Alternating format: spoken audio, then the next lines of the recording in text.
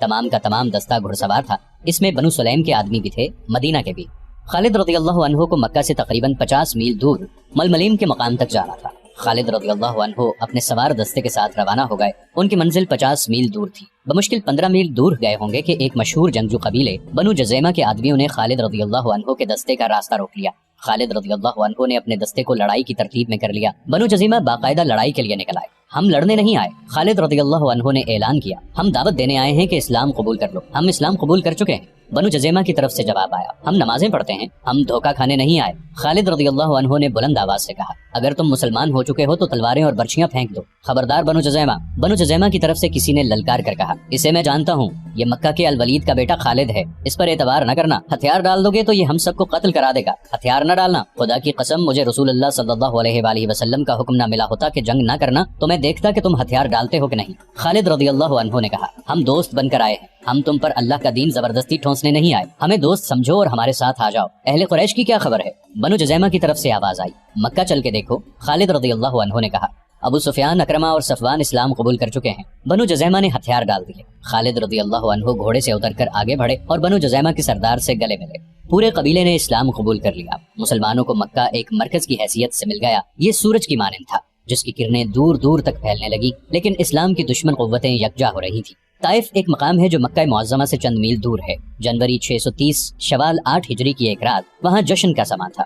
فضا شراب کی بو سے بوجھل اور رات مخمور تھی۔ رقص کے لیے طائف کے ارد گرد کے علاقے کی چنی ہوئی ناچنے والی آئی ہوئی تھی۔ ان کے رقص اور حسن نے مہمانوں کو مدہوش کر دیا تھا۔ مہمان مکہ کے شمال مشرقی علاقے کے مشہور جنگجو قبیلے حوازن کے سرکردہ افراد تھے۔ ان کے میزبان طائف اور گرد و نواح میں پھیلے ہوئے قبیلے ثقیف کے سردار تھے، جنہوں نے اپنی مہمانوں پر اپنی عمارت اور فیاضی اور کشادہ ظرفی کا رعب جمانے کے لیے اتنی شاہانہ ضیافت اور اتنے شاندار جشن کا اہتمام کیا تھا۔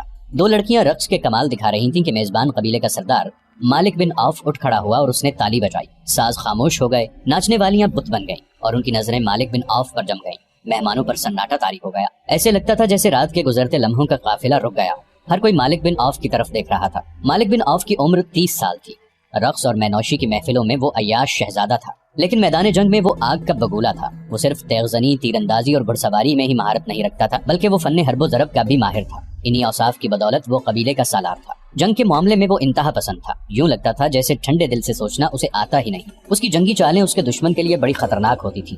قبیلہ قریش میں جو حیثیت کبھی خالد بن ولید رضی اللہ عنہ کو حاصل تھی، ویسا ہی دبدبہ مالک بن عوف کا اپنے قبیلے پر تھا۔ ہم نے بہت کھا لیا ہے۔ مالک بن عوف نے رقص رکوا کر میزبانوں اور مہمانوں سے خطاب کیا، ہم شراب کے مٹکے خالی کر چکے ہیں، ہم تھرکتی ہوئی جوانیوں سے لطف اندوز ہو چکے ہیں۔ کیا ہمارے مہمانوں نے یہ نہیں سوچا کہ اس ضیافت اور جشن کی تقریب کیا ہے؟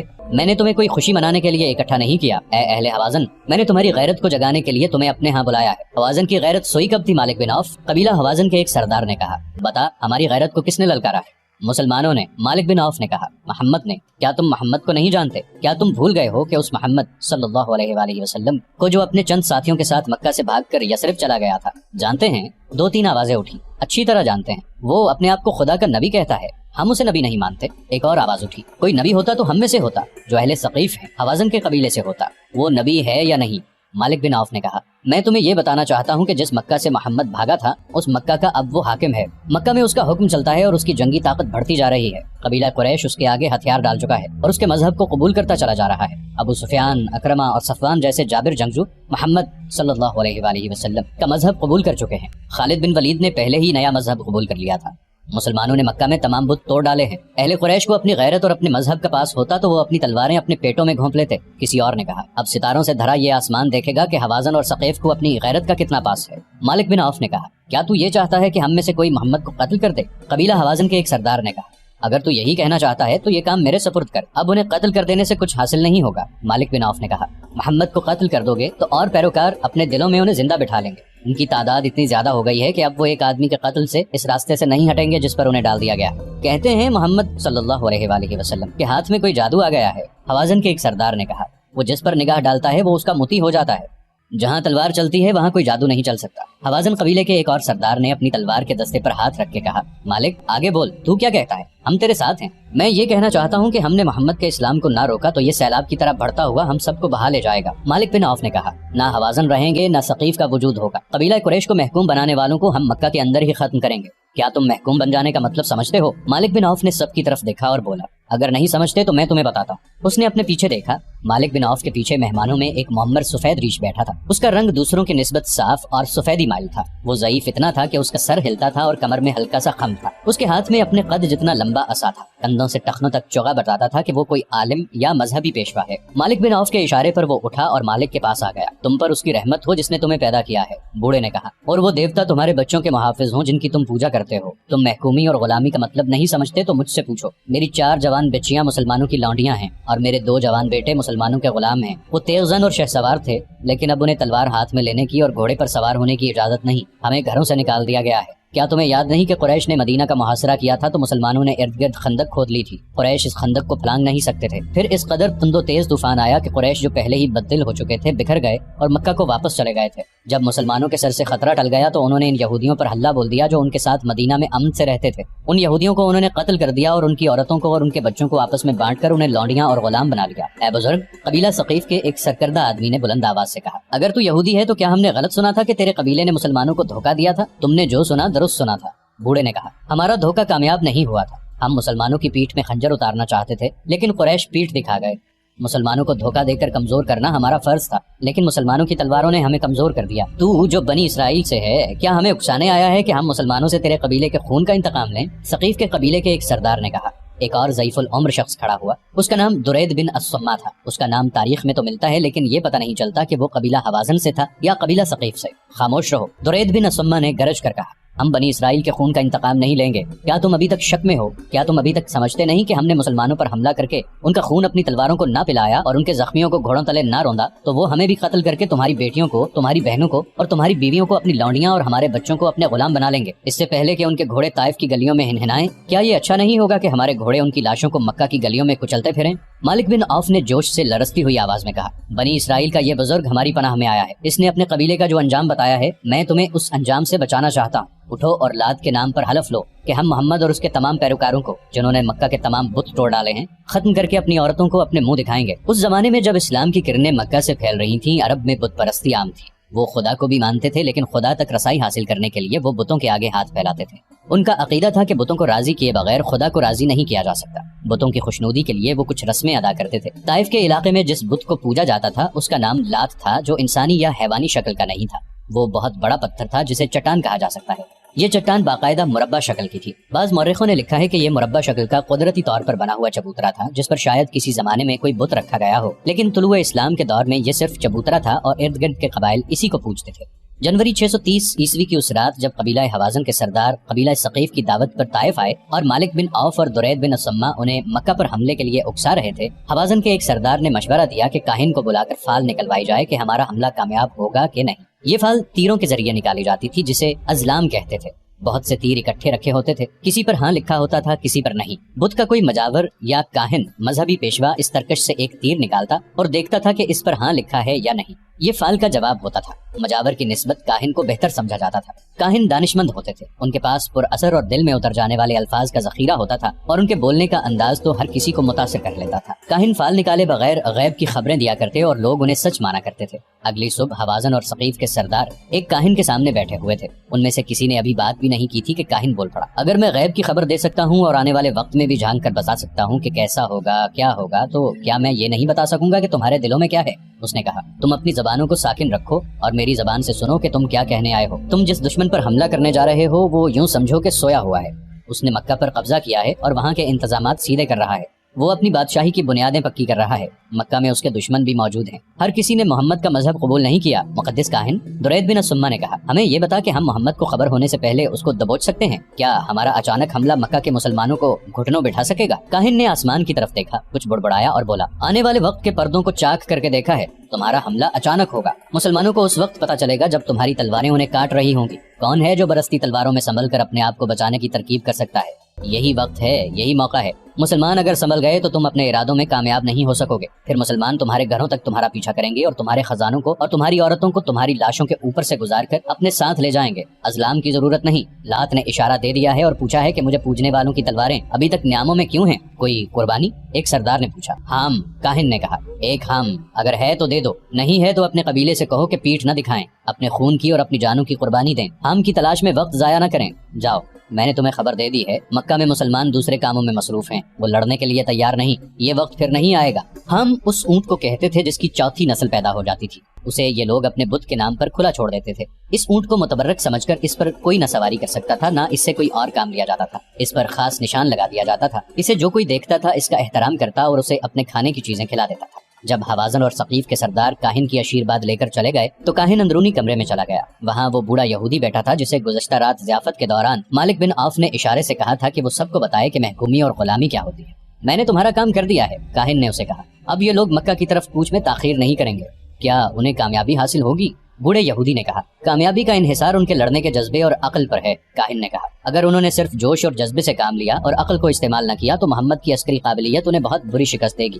میرا انعام تمہارا انعام ساتھ لایا ہوں، بوڑھے نے کہا اور آواز دی۔ دوسرے کمرے سے ایک حسین لڑکی آئی۔ بوڑھے یہودی نے اپنے چوغے کے اندر ہاتھ ڈال کر سونے کے 2 ٹکڑے نکالے اور کاہن کو دے دیے۔ میں کل صبح اس لڑکی کو لے جاؤں گا، بوڑھے نے کہا۔ میں تمہیں ایک بات بتا دینا چاہتا ہوں، کاہن نے کہا، میں نے تمہارے کہنے پر ان لوگوں کو کہا ہے کہ فوراً حملہ کریں، لیکن ان سرداروں میں سمجھ بوجھ ہے، حالات کو سمجھ لیتے ہیں۔ ان کا بوڑھا سردار درید بن سما پہلے سے جانتا تھا کہ مسلمان مکہ میں ابھی جم کے نہیں بیٹھ سکے، ان کے سامنے اور بہت سے مسئلے ہیں، ان پر حملے کے لیے یہی وقت موزوں ہے۔ حوازن اور ثقیف کے سردار اپنے ارادے کی تصدیق کے لیے میرے پاس آئے تھے، اچھا ہوا کہ ان سے پہلے تم چوری چھپے میرے پاس آ گئے، میرا مقصد صرف یہ ہے کہ مسلمانوں کو ختم کیا جائے، بوڑھے یہودی نے کہا۔ مورخ لکھتے ہیں کہ حوازن اور ثقیف 2 طاقتور قبیلے تھے۔ مسلمانوں نے مکہ فتح کر لیا تو ان دونوں قبیلوں کو یہ خطرہ محسوس ہوا کہ دونوں کے لوگ الگ الگ بستیوں میں رہتے ہیں اور بستیوں کی تعداد زیادہ ہے اور یہ ایک دوسرے سے دور دور بھی ہیں۔ مسلمان ہر بستی پر قابض ہو کر دونوں قبیلوں کو ٹکڑے ٹکڑے کر دیں گے۔ انہوں نے سوچا کہ قبیلے کو متحد کر کے مسلمانوں پر حلہ بول دیا جائے۔ دونوں قبیلے لڑنے والے آدمیوں کو ساتھ لے کر حنین کے قریب اوتاس کے مقام پر لے گئے۔ ان کے سرداروں نے چھوٹے چھوٹے کئی اور قبائل کو اس قسم کے پیغام بھیج کر کہ مسلمان ان کی بستیوں کو تباہ و برباد کرنے کے لیے آ رہے ہیں اپنا اتحادی بنا لیا تھا۔ اس متحدہ لشکر کی تعداد 12,000 ہو گئی تھی۔ اس کا سپہ سالار مالک بن عوف تھا۔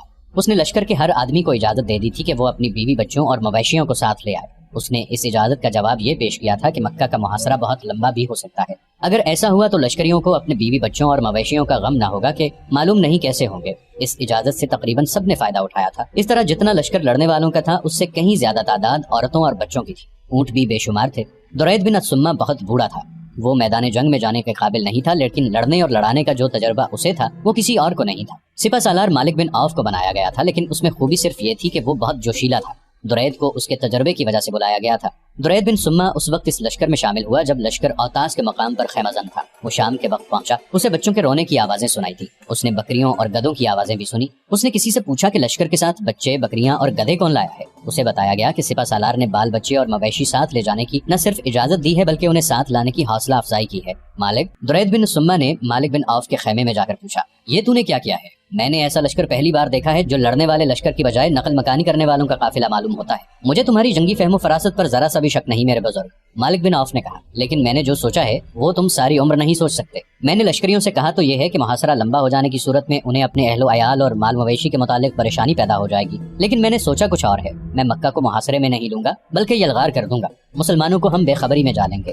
تمہیں معلوم ہے کہ مسلمان لڑنے میں کتنے تیز اور عقل مند ہیں، وہ پینترے بدل بدل کر لڑیں گے۔ ہو سکتا ہے ہمارے آدمی ان کی بے جگری کے آگے ٹھہر نہ سکیں۔ وہ جب دیکھیں گے کہ ان کی عورتیں اور جوان بیٹیاں اور بچے اور دودھ دینے والے مویشی بھی ساتھ ہیں تو وہ انہیں بچانے کے لیے جان کی بازی لگا کر لڑیں گے اور زیادہ بہادری سے لڑیں گے، بھاگیں گے نہیں۔ تجربہ عمر سے حاصل ہوتا ہے مالک، درید نے کہا۔ تیرے پاس جذبہ ہے، غیرت ہے، جرت ہے، لیکن تیری عقل ابھی خام ہے۔ لڑائی میں ان لوگوں کا دھیان آگے پیچھے نہیں ہوگا، یہ یہی دیکھتے رہیں گے کہ دشمن پہلو سے یا عقب سے ان کے بال بچوں تک تو نہیں آ گیا۔ دشمن جب ان پر جوابی حملہ کرے گا تو یہ تیزی سے اپنے بیوی بچوں تک پہنچیں گے کہ یہ دشمن سے محفوظ رہیں۔ تو بہت بڑی کمزوری اپنے ساتھ لے آیا ہے۔ محمد کی جنگی قیادت کو تو نہیں جانتا، میں جانتا ہوں۔ اس کے پاس ایک سے بڑھ کر ایک قابل سالار ہے، وہ تیری اس کمزور رگ پر وار کریں گے۔ وہ کوشش کریں گے کہ تیرے لشکر کی عورتوں اور بچوں کو یرغمال میں لے لیں، انہیں دور پیچھے رہنے دو اور مکہ کو کوچ کرو۔ احترام کے قابل بزرگ، مالک بن عوف نے کہا، تم بہت پرانی باتیں کر رہے ہو۔ تم نے محسوس نہیں کیا کہ اتنی لمبی عمر نے تمہیں تجربوں سے تو مالومال کر دیا ہے، لیکن عمر نے تمہاری عقل کمزور کر دی ہے۔ اگر میں سپہ سالار ہوں تو میرا حکم چلے گا،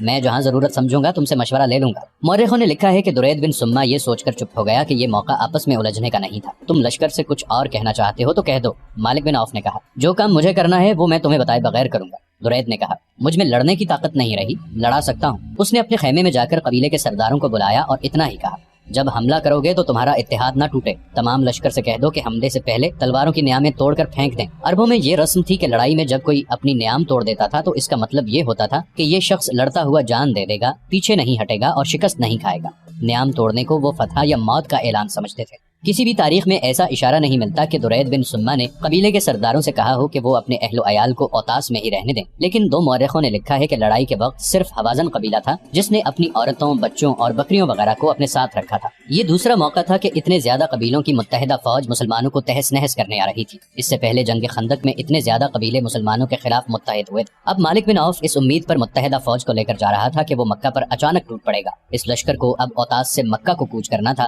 اور اس کوچ کی رفتار بہت تیز رکھنی تھی۔ اوتاس میں لشکر کا قیام اس لیے زیادہ ہو گیا تھا کہ دوسرے قبیلوں کو وہاں اکٹھا ہونا تھا۔ اگر اس لشکر میں صرف لڑنے والے ہوتے تو لشکر فوراً مکہ کی طرف پیش قدمی کر جاتا۔ اس میں عورتیں اور بچے بھی تھے اور ان کا سامان بھی تھا، اس لیے وہاں سے کوچ میں خاصی تاخیر ہو گئی۔ اس دوران مکہ کی گلیوں میں ایک للکار سنائی دی، مسلمانوں ہوشیار، تیار ہو جاؤ۔ وہ ایک شتر سوار تھا جو رسول اکرم صلی اللہ علیہ وآلہ وسلم کے گھر کی طرف جاتے ہوئے اعلان کرتا جا رہا تھا، خدا کی قسم میں جو دیکھ کر آیا ہوں وہ تم میں سے کسی نے نہیں دیکھا، کیا شور مچاتے جا رہے ہو؟ کسی نے اسے کہا، رکو اور بتاؤ کیا دیکھ کر آئے ہو؟ رسول اللہ صلی اللہ علیہ وآلہ وسلم کو بتاؤں گا، وہ کہتا جا رہا تھا، تیار ہو